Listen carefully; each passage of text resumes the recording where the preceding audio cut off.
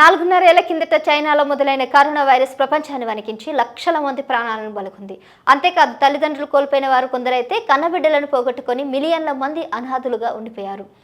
ఎన్నో వేల కుటుంబాలను చిన్నభిన్నం చేసిన ఈ మహమ్మారి నుంచి ఇప్పుడిప్పుడే ప్రపంచం కోలుకుంటుంది. అయితే కోవిడ్ తర్వాత మరో వైరస్ మానవాళిని భయపెడుతుంది. అదే ఎంపాక్స్ వైరస్ అంటే మంకీ పాక్స్ వ్యాధికి ఇదొక మరో రూపం.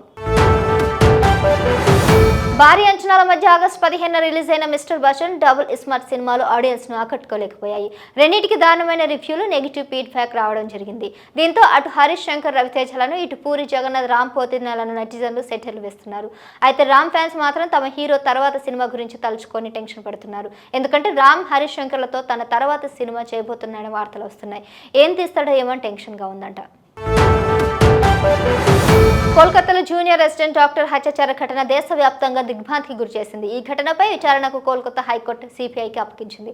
దీంతో 2 రోజులుగా విచారణ పూర్తి చేయాలని Bengal CM Mamata Banerjee dead line విధించడం గమనార్హం. ఈ హత్య రాజకీయంగా మారుతుందని కూడా తెలుస్తా ఉంది. రాజకీయ దుమారం రేపడంతో ఆమె సీరియస్ గా తీసుకున్నారు. అందుకే గడువులోగా విచారణ పూర్తి చేయకుంటే బాధితురాలకు మద్దతుగా కోల్కతా వీధుల్లో ర్యాలీ చేపడతామని ఆమె హెచ్చరికలు చేశారు. షాద్నగర్ దళిత మహిళపై 3rd డిగ్రీ ప్రయోగించిన ఘటనలు, పోలీసులపై కేసు నమోదైంది. సస్పెన్షన్ లో ఉన్న షాద్నగర్ డిఐ రామిరెడ్డి సహా 4 కానిస్టేబుల్పై ఎస్సీ ఎస్టీ అట్రాసిటీ సెక్షన్ల కింద కేసు నమోదు చేశారు. ఉద్దేశపూర్వకంగానే హింస, మరణాయుధాలతో దాడి తదితర సెక్షన్ల కింద ఎఫ్ఐఆర్ ఫైల్ చేశారు. ఎస్సీ ఎస్టీ వేధింపుల నిరోధక చట్టం కింద బాధితురాలికి పరిహారంతో పాటు ఉపాధి కల్పించాలని విజ్ఞప్తి చేశారు. ఈ నేపథ్యంలో డిఐ రామిరెడ్డితో సహా 4 కానిస్టేబుల్పై తాజాగా ఎస్సీ ఎస్టీ కేసు నమోదైంది. గంజాయి, డ్రగ్స్ వంటి మత్తు పదార్థాల అక్రమ రవాణా, వినియోగంపై ఉక్కుపాదం మోపుతున్న రేవంత్ ప్రభుత్వం మరో కీలక నిర్ణయం తీసుకున్నట్లు తెలిసింది. కాలేజీలు, యూనివర్సిటీలు మత్తు పదార్థాలకు అడ్డగా మారుతున్న నేపథ్యంలో వాటిని అరికట్టేందుకు కఠిన చర్యలకు సిద్ధమైంది. విద్యార్థులు మత్తు పదార్థాల్లో పట్టుబడితే వారి అడ్మిషన్లు రద్దు చేయాలని భావిస్తున్నట్లు తెలిసింది. ప్రస్తుతం తెలంగాణ వ్యాప్తంగా ఉన్న 16 డి అడిక్షన్ సెంటర్లలో 11 కేంద్రాలలో మత్తుకు బానిసలైన బాధితులు చికిత్స పొందుతున్నారు.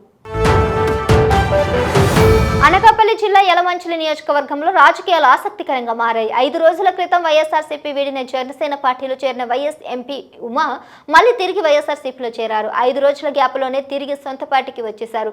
తమకు మాయమాటలు చెప్పి తీసుకెళ్లి జనసేన పార్టీలో చేర్చుకున్నారన్నారు. అయితే తాము వైఎస్ఆర్సీపీలోనే కొనసాగుతున్నామంటున్నారు ఉమా గణేష్ దంపతులు. మాజీ మంత్రులు ఆర్కే రోజా, ధర్మాన కృష్ణదాస్ పై విచారణ జరపాలని సిఐడి ఏడీజీ ఎన్టీఆర్ జిల్లా సిపిని ఆదేశించారు. ఆడుదాం ఆంధ్ర పేరుతో ఆ ఇద్దరు నేతలు అవినీతికి పాల్పడ్డారని చర్యలు తీసుకోవాలని కోరుతూ ఆర్టీఆర్ పార్టీ సంస్థ సీఈఓ ప్రసాద్ సిఐడికి ఫిర్యాదు చేసిన సంగతి తెలిసిందే. కోట్లాది రూపాయల ప్రజాధనం దుర్వినియోగం జరిగిందని ఫిర్యాదు చేశారు. ఈ మేరకు సిఐడి ఏడీజీ విచారణకు ఆదేశించారు. నిధుల్ని దుర్వినియోగం చేశారని ఆరోపణలు రావడంతో కూటమి ప్రభుత్వం విచారణకు సిద్ధమైంది. మరి ఈ ఆరోపణలపై మాజీ మంత్రి ఆర్కే రోజా ఇప్పటివరకు స్పందించలేదు. ఐటీ శాఖ ఇటీవల అత్యాధునిక సాంకేతికతను వాడుతూ పన్ను ఎగవేతదారులకు భరతం పడుతుంది.